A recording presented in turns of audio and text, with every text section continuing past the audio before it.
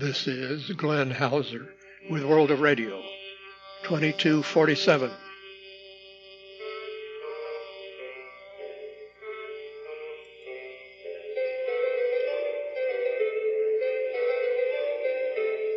World of Radio is a listener-supported public service program about communications around the world, above all the dynamic medium of international shortwave between the AM and FM bands. On this edition, recorded June 13th, Antarctica, Brazil, China, Cuba, Finland, Germany, Indonesia, Korea North, Mali, New Zealand, North America, Oklahoma, Romania, Scotland, Tibet, Turkey, USA, Vanuatu, Venezuela, Unidentified, CQ Magazine, and the Propagation Outlook. Standard disclaimer. On the first day of winter each year, there's a special broadcast for the British Antarctic Survey from BBC. That is this year, Friday, June 21st at 21:30 until 2200 UT. But there's a test exactly 1 week in advance for half that period, 21:30 to 21:45, on Friday, 14 June. And if all of the frequencies tested work out, they'll be repeated for the actual broadcast. Wolfgang Büchel found out from Steve Palmer via Dave Porter this year's frequencies via the UAE 7255, via Wolverton UK 11685 and 9585, and via Ascension 9870. That is according to Steve Palmer of Encompass Digital Media. This program is traditionally allowing greetings from relatives to those serving in Antarctica, with some brief musical bits as well. And in communication of the British GX Club, they remind us that last year at least a slightly shorter version was carried on some BBC World Service English streams at 0132 UT the following day. That would be UT Saturday, 22 June. This first item, of course, was filed alphabetically under Antarctica Non. From São Paulo State, Brazil, Lucio Otávio Bobrovich reports hearing the station on 7505 with techno-pop music at 1840 to 2005 UT on the 8th of June, a good signal with some fades. He thought it was Brazilian Radio Clube Free. Of course, 7505 is a WRNO frequency, but it would not be on the air nor audible at that time of day, nor would we be playing techno-pop music. Under China Non, of note is that the Epoch Times is in trouble. That's the publication which is related to Falun Gong and hence is related to Sound of Hope, the clandestine for China from Taiwan and other sites. Press reports from AP are summarized as follows. Federal prosecutors in New York charged Guidong Bill Guan of Secaucus, New Jersey, chief financial officer of the Epoch Times, of steering at least $67 megadollars in criminal proceeds, much from fraudulently obtained unemployment insurance benefits, to the company, its affiliates, and himself. He has been arrested, so what will become of the Epoch Times?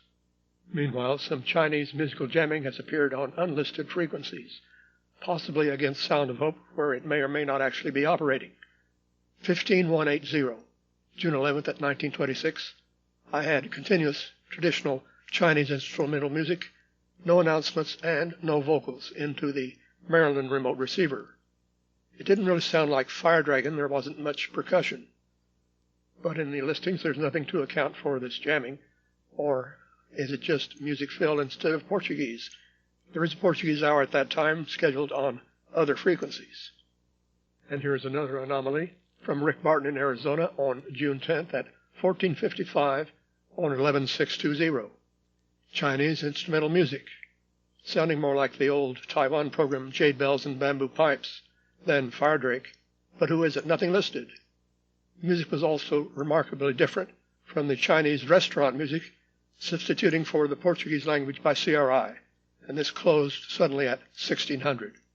Furthermore, I was hearing noise jamming, unusual for China, instead of music of some sort on 11900 until 15 UT. That's the Chinese hour of VOA via Philippines. Jamming went off when it went off after Yankee Doodle Dandy at 1501. Something's always wrong at Radio Havana, Cuba. You never know quite what to expect on any of their known frequencies. 15230 I found was not on the air June 8th at midnight 50 UT, but when I rechecked at 0113 it was on, but with 5/9 of dead air. 15230 is never scheduled as an English frequency. Nevertheless, Harold Sellers in BC was hearing RHC there June 13th at 0208 in English. Fair but incomprehensible with very distorted audio, and parallel to barely audible 6000 where English is supposed to be. More spy numbers from Cuba have been heard again by Rick Barton in Arizona last week.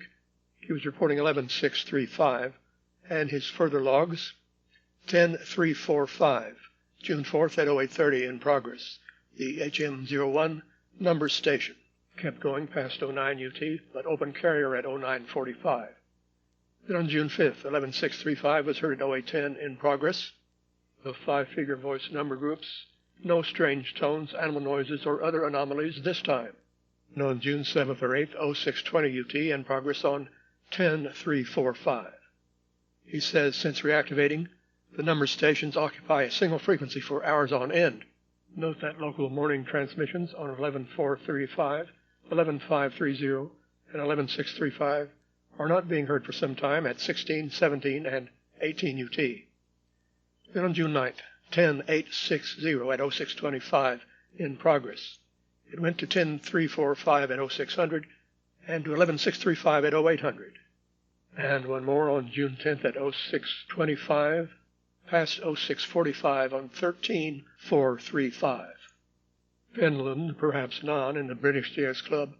David Morris reports hearing, with reasonable strength, Scandinavian Weekend Radio from about 1745 UT on an unlisted frequency, 6035. Of course, their well-publicized and listed authorized shortwave frequencies are 5980 and 6170. Dave Kenny replies about this monthly broadcast on the first Saturday. 6035 would be an unofficial relay, perhaps from Holland. The genuine SWR from Finland is just about audible at 1815 on 11690, and a weak signal in parallel with a stronger relay on 6035. Time for another Uncle Bill's Melting Pot, a monthly now, via Channel 292 in Germany, Saturday, June 15th, featuring music from Haiti and the Dominican Republic. There are 3 broadcasts at 17 UT on 9670, beamed towards South Asia. At 19 on 3955 and 6070, omnidirectional, and at 23 UT on 3955. A discussion we'll get to later about changes for DRM in Romania also led to a mention by the DRM people that Funklust in Germany was being heard in many foreign countries on DRM via FM. Obviously, they were confusing FM with shortwave because Funklust does have a low power on 15785 DRM. Chris Mackerel in New Zealand says Funklust, formerly known as BitExpress, has been heard in New Zealand, though very briefly as you might expect with such low power. It's the ultimate DRM DX challenge for me. I received them for a few minutes 2 years ago. It's still active on 15785. Dr. Hans Scherbeiner confirms it is via remote receiver. He was hearing it intermittently decoding June 13th at 1617. Upon Asilomar State Beach, California, Ron Howard confirms that the Voice of Indonesia has corrected its new frequency to exactly 4755 instead of 4754.83. It was on frequency June 8th, before and after 13 UT at threshold audio level unreadable, and seemed parallel to 3325. Ron says, when I got home, I checked the Bandung, Indonesia remote. Yes, on 4755.00. First time I ever used a remote, and I believe I did it correctly. It was fun hearing VOI with very readable audio on 4755. Then on June 10th at the beach, Ron reports 4755 exactly. Voice of Indonesia Channel 1, before 13 UT in Japanese, and parallel to 3325. English should have followed at 1300 and also at 10 until 11 UT. Ron Howard also reports RRI Nabiri Pro 1 on 7289.93. June 12th, tuned in at 0815 till cut off at 0908 UT. First there were easy listening songs and announcers until 8:45, switching to Middle Eastern and Islamic style music and singing. The Islamic segment itself started at 0854. Then at 0904, more songs, till suddenly ending transmission at 908. And he says the former 6125 used years ago after 7289 closed down is still no longer used, checking after 0908. Voice of Korea observations by Alan Holder on the Isle of Wight, G4ZBH. Rumbling noise on 15245 June 11th, Korean at 17, English at 18 UT. And on June 12th, a hum on the transmission on 15245. For years, even before the new Chinese transmitters were installed, Voice of Korea suffers from audio feed trouble, another program service or jamming heard faintly in the background of the main transmission language. One of their transmitters has distorted modulation, observed on their North Africa services on 11645 and 11635 earlier this year. You would expect to hear Molly on 5995, but this concerns Molly Nan from Richard Langley, New Brunswick. On the air June 8th on nominal 5995, actually 11 Hz low, using the Holland remote at 1745 UT, fair to poor signal. Checking for Molly as usual on a Saturday when I heard something definitely not Malian. In fact, it was a European pirate, Radio Blackstone. On June 12th, Chris Mackerel in New Zealand says, for those interested in the status of RNZ's new transmitter, I asked Adrian Sainsbury about it and he replied, I have just spent a day at Rangitaiki. The new transmitter installation is progressing well, but running behind schedule. It is being tested into a dummy load to avoid interruption to our HF service. Cannot be sure what the start date will be. The Thales engineer from Switzerland is still working on the installation.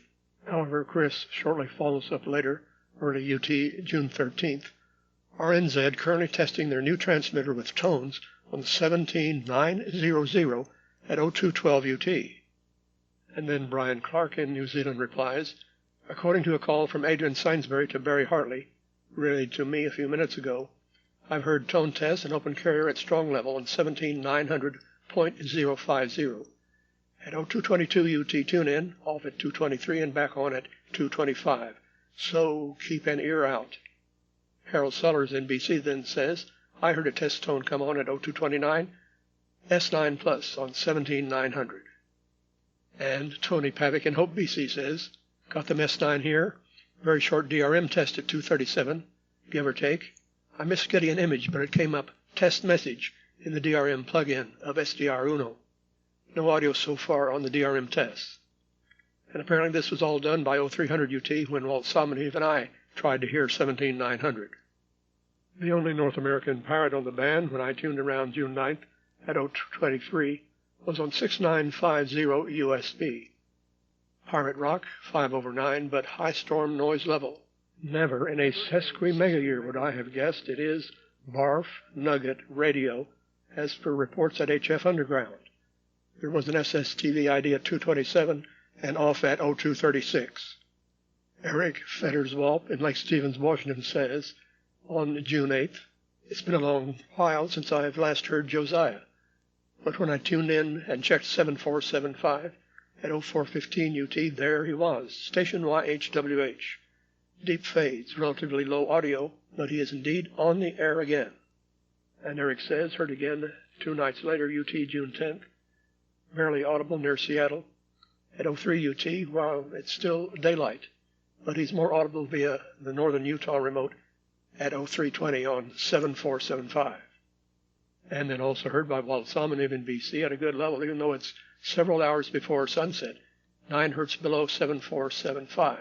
At 0328, but then the audio was cut, the carrier remained, checked again at 0355, and he was going again with good reception.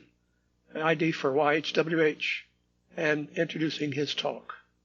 Via the northern Utah remote, I was also hearing Josiah, June 10th at 0348, and let him play in the background. He was going by 0432. And then many other reports on UT June 11th, 12th, and 13th. A letter from Ron Howard in California from 0345 until 0442, with his usual diatribe against Christianity, especially anti-Roman Catholic. Via international vacuum, internet, medium, high, and very high frequencies, World of Radio, 2247, a non-commercial service like our website, worldofradio.com, for which Financial support is appreciated by money order or check on a U.S. bank to Glenn Hauser, P.O. Box 1684, ENID OK 73702, or via PayPal, not necessarily in U.S. funds, to WORADIO@yahoo.com. Now more to our news last week about the Clear Channel 50 kilowatt station in Tulsa, Oklahoma on 1170. Chris Krug in Tulsa, KC5IIE, says they announced a format change on June 26th. KTSB will cease to exist. The new station will be KOTV-AM. They've not announced the new format, but I suspect more right-wing talk. I actually enjoyed their local sports for 6 hours a day, but I'll switch to KTBZ 1430 for my somewhat local sports fix. I pointed out before, KOTV is the Channel 6 CBS station in Tulsa, but a TV station leading to a radio station is not unique. Take Casper, Wyoming, where Channel 2 KTWO eventually became the call sign of medium wave 1030. Should you hear dead air in stereo on 93.9 by Sporadic E, that could be KIMY, Watonga, Oklahoma, my semi-local. Both on June 12th and 13th, there was no modulation. It went on and on with dead air. Standard remark about how can a station expect to have any listeners if no one there even notices when it's silent. Their RDS display, however, was still showing Gospel Station. Another station transmitting dead air for quite a while on June 9th was on 107.7. It must have been KRXO in Oklahoma City. And Channel 4 in Oklahoma City, KFOR, actually on RF27, has been celebrating its 75th anniversary. Originally WKY-TV, and in between it was known as KTVY. Check their website for lots of clips of their old programming, KFOR.com, and look for Channel 4 Archives. Mike Terry forwards this, which reads like a press release from the DRM Consortium. Radio Romania International and Radiocom, its network operator, have significantly enhanced and optimized their DRM transmission this week by upgrading configuration of their DRM content server head-end system, including a switch to DRM's default audio codec and addition of latest news in several languages via DRM's Journaling Advanced Text feature. The improvements from Ciganești near Bucharest received sincerest thanks for DRM unconditional support from the Chief Engineer for National and International Stations of Romanian Radio Broadcasting Corporation, Mr. Costin Trif. But Richard Langley asks, has anyone noticed any actual on-air changes or differences yet from RRI and DRM? Scotland Non, Bryce Avery of Radio Tumbril, the classical music program Encore, has details about this fortnight's program, starting Friday, June 14th. It's a Scandinavian-inspired midsummer special with music by Mary Canto, Alf Veen, Carl Nielsen, Mendelssohn, and music also from Iceland and Grieg. You can see the playlist at www.tumbril.co.uk. Here are the times and frequencies. First on WRMI, Friday at 02 on 5850, at 20 on 15770. UT Sunday at 01 on 5850. UT Monday at 02 on 5950, and Tuesday at 13 on 15770. And also via channel 292 in Germany, Saturday at 10 on 9670, Sunday at 19 on 3955. Gavin Waters in Melbourne, Victoria says, I had my first Voice of Tibet experience when I stumbled across Voice of Tibet on 9864 at 13 UT June 11th, but they suddenly left the air at 1306. Consulting the Alki schedules, I was able to hear them at 1307 on 9877, where they had a bad heterodyne from 9875, probably India. That went off the air at 1312. The next frequency, 9887, was supposed to start at 1330, but did not come on until 1336. Alki shows 9893 from 1335, and there they were until my curiosity ran out about 1350 and turned them off. Of course, all these frequency changes during a broadcast are supposedly to make jamming more difficult. Gavin continues, Alki lists different transmitter countries for these. Tajikistan on 9864, 9877, and 9893, and Tashkent, Uzbekistan on 9887. In each case, there was no tuning or interval signal. There seemed to be a station ID introducing the broadcast and theme music similar in each case. Forgive my excitement witnessing a new station for me. 4 frequencies, 3 of them for only 6 minutes. 2 different transmitter sites in the space of 40 minutes. The clandestine Voice of Tibet. Gavin Waters also says, Voice of Turkey is often overmodulated on 9875, English at 2030 UT. Despite their strong signal, they go co-channel with Pyongyang, Voice of Korea, also strong, when they could do much better on many other frequencies nearby, such as 9895 or 9905. But no, year after year, they are co-channel. Alan Holder in the UK replies, the reason for the clash between Turkey and North Korea is the HFCC planners never cross-reference their registrations with the ITU database. Surely it's not rocket science to do this. North Korean registrations have appeared on the ITU listing for several seasons now, so the collision on 9875 could easily be avoided. Another long-standing problem are collisions between North Korea and China in the European area. Also, what happens to the listener reports we take so much time and effort to send to broadcasters? With many stations, it seems the QSLs are issued, and reports are filed away or discarded. So the useful info we provide never seems to reach the frequency planners. In the case of Turkey, some years ago, one of my reports was passed to the 2 ladies in the scheduling section at TRT. We then had a good working relationship until 2008, a staff reorganization, and the ladies moved on to other jobs. Sadly, my further contacts to the replacements did not yield any replies. Also, frequency planners at Vietnam and China obviously do not cross-check their registrations thoroughly, resulting in collisions. I'm not getting much FMDX, but I do log some 10-meter beacons, such as on 28209, K7EMX in Kearns, Utah. This was June 12th at 2207, and then I looked them up at qrz.com. I especially recommend his page there. That's K7EMX, Echo Mike X-Ray. If you have hours or days to spare, it's a huge illustrated page with stills and audio videos and lots of humor, partly political. Here is a new book you might want to seek out. David Cole sends this notice from, all one word, KentStateUniversityPress.com. The title is Behind the White House Curtain. It's by Stephen L. Herman, Chief National Correspondent for VOA. Another World of Radio broadcast has been replaced by something else on WRMI, UT Thursday at 0130, no longer on 9395.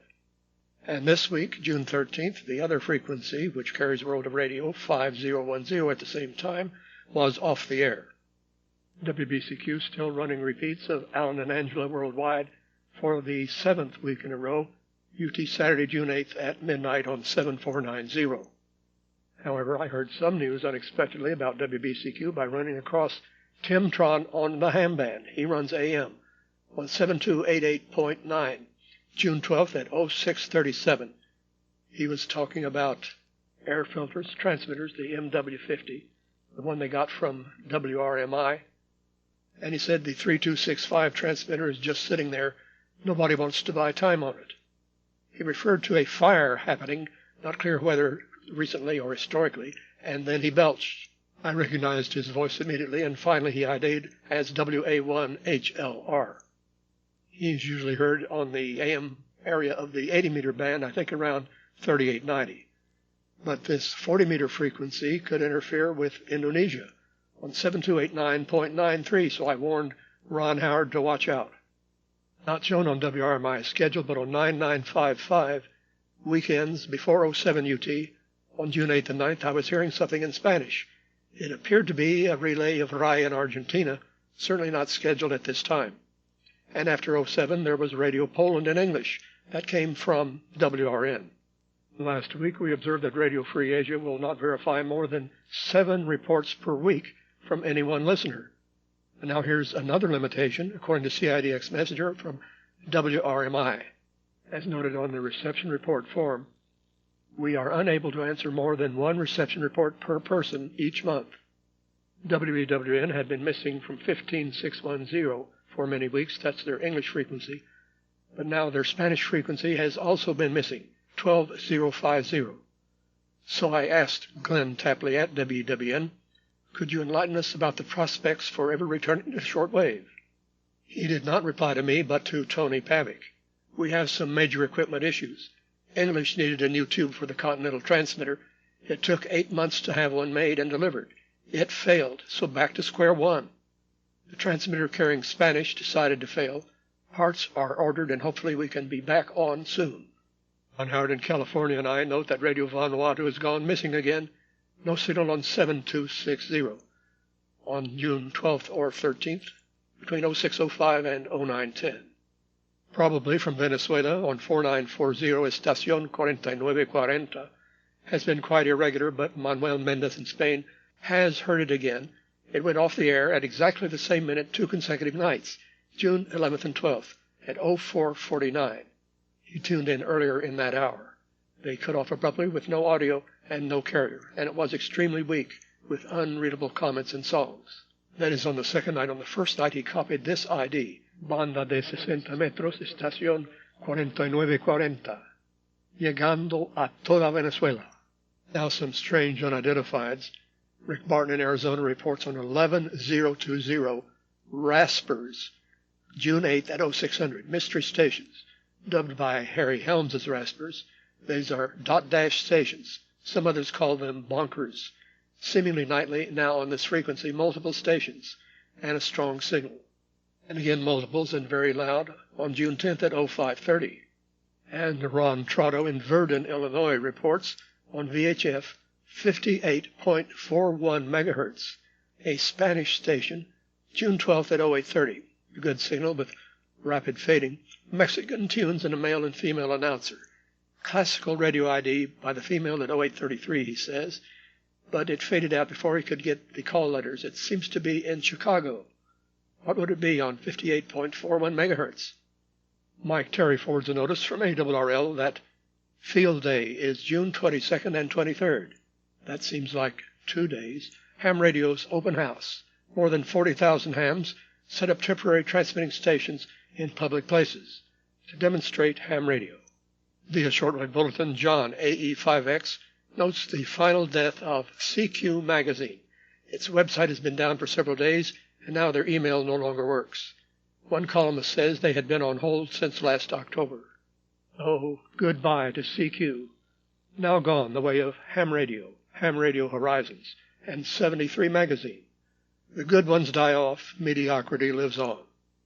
In the medium wave circle, Andrew Braid reports that the FCC is seeking comments on May's geomagnetic storm from members of the public on impacts on HF communications, peaking May 10th and 11th, one of the most severe geomagnetic disturbances ever recorded, with aurora seen at low latitudes. The deadline is 24 June.